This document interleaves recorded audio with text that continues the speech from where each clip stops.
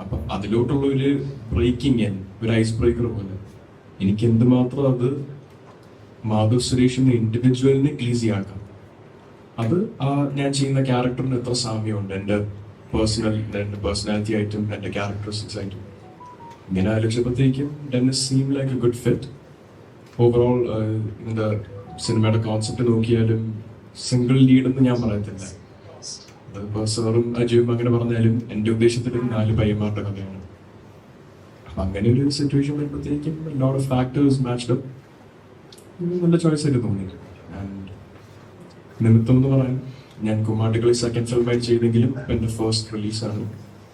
JSK ഡിസംബറിൽ release ചെയ്യാനായിട്ട് plan ചെയ്യുകയാണ്. സോ ഹോപ്പ്ഫുള്ളി ദൈവം സഹായിച്ചെല്ലാം നന്നായി വരുമെന്നുള്ളൊരു പ്രതീക്ഷയുണ്ട്. പ്രേക്ഷകർ ഈ സിനിമ സ്വീകരിക്കുമെന്നുള്ള പ്രതീക്ഷയുണ്ട്.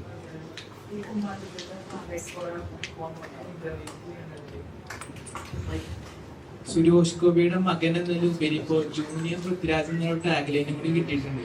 കമന്റ്സിൽ അങ്ങനെയാണ് നോക്കിയത്, എങ്ങനെയാണ് അതിനെ നോക്കിക്കാണുന്നത്?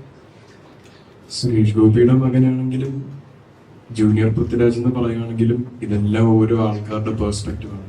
ഞാൻ കളക്റ്റീവായിട്ട് വന്നൊരു പേഴ്സ്പെക്റ്റീവ് എന്ന് പറയുന്നത് പൃഥ്വിരാജായിട്ടുള്ള കമ്പാരിസൺസ് ആണ്. രാജുവേട്ടനെ പറ്റി പറയുകയാണെങ്കിൽ ഹീസ് എ ലെജൻഡ് ഓഫ് ആ ജനറേഷൻ. അങ്ങനെ ഒരു വ്യക്തിയായിട്ട് എന്നെ കമ്പയർ ചെയ്യുവാണെങ്കിൽ തീർച്ചയായിട്ടും എനിക്ക് അഭിമാനമുള്ള ഒരു കാര്യമാണ്. Do I believe I M Prithviraj or I'm like Prithviraj or that I'm like Suresh Gopi?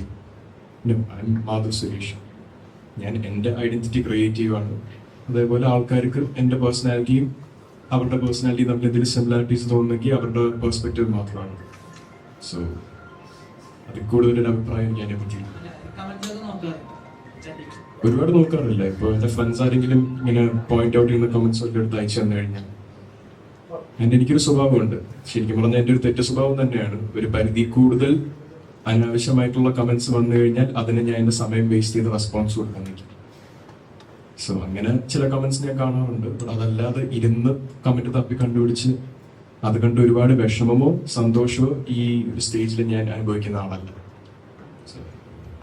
Madhav, നമ്മൾ ചെയ്യുന്ന കഥാപാത്രങ്ങൾ എന്നും ആളുകൾ ഓർത്തിരിക്കുക എന്ന് പറയുന്നത് ഒരു ആക്ടറിനെ സംബന്ധിച്ച് വലിയ കാര്യമാണ്. അങ്ങനെ സുരേഷേട്ടൻ ചെയ്ത ഒരുപാട് കഥാപാത്രങ്ങൾ നമ്മൾ ഇന്ന് ഓർത്തിക്കുന്നുണ്ട്. അപ്പോൾ അച്ഛൻ നൽകിയൊരു ഉപദേശം എന്താ? ഒരു സിനിമ ചൂസ് ചെയ്യുമ്പോൾ നമ്മൾ ചെയ്യുന്ന കഥാപാത്രങ്ങൾ എത്രത്തോളം ആയിരിക്കണം, എങ്ങനെ ആയിരിക്കണം എന്നൊരു ഉപദേശം തന്നിട്ടുണ്ടോ? ഏതൊരു അച്ഛനും ഒരു മകന് കൊടുക്കുന്ന ഉപദേശം മാത്രമേ എനിക്ക് അച്ഛൻ തന്നിട്ടുള്ളൂ. സുരേഷ് ഗോപി എന്ന ആക്ടറിന്റെ കയ്യിൽ നിന്ന് എനിക്ക് ഒരു അഡ്വൈസും കിട്ടിയിട്ടില്ല. സോ again, എൻ്റെ കരിയറിന്റെ കാര്യം ചോദിക്കുകയാണെങ്കിലോ ഈ ആക്ടിങ് എന്ന പ്രൊഫഷനെ പറ്റി ചോദിക്കുകയാണെങ്കിലോ ഞാൻ കൂടുതൽ കേട്ടറിഞ്ഞോ കണ്ടറിഞ്ഞോ പഠിച്ചിട്ടുള്ളത് എൻ്റെ ചേട്ടൻ്റെ നിന്നാണ്. അച്ഛൻ്റെ സൈഡിൽ നിന്ന് അങ്ങനെ ഒരു അഡ്വൈസോ ഒന്നും വന്നിട്ടില്ല. എൻ്റെ ചേട്ടൻ കുറച്ചുകൂടെ ഹാൻഡ്സ് ആണ്. 9+ years ആയിട്ട് മലയാളം സിനിമ ഇൻഡസ്ട്രിയിൽ വർക്ക് ചെയ്യുന്ന ആളാണ് ഗുഗു. സോ ഗുഗു ഞാൻ കുറേ കൂടെ സിനിമയെ പറ്റി സംസാരിക്കാറുണ്ട്.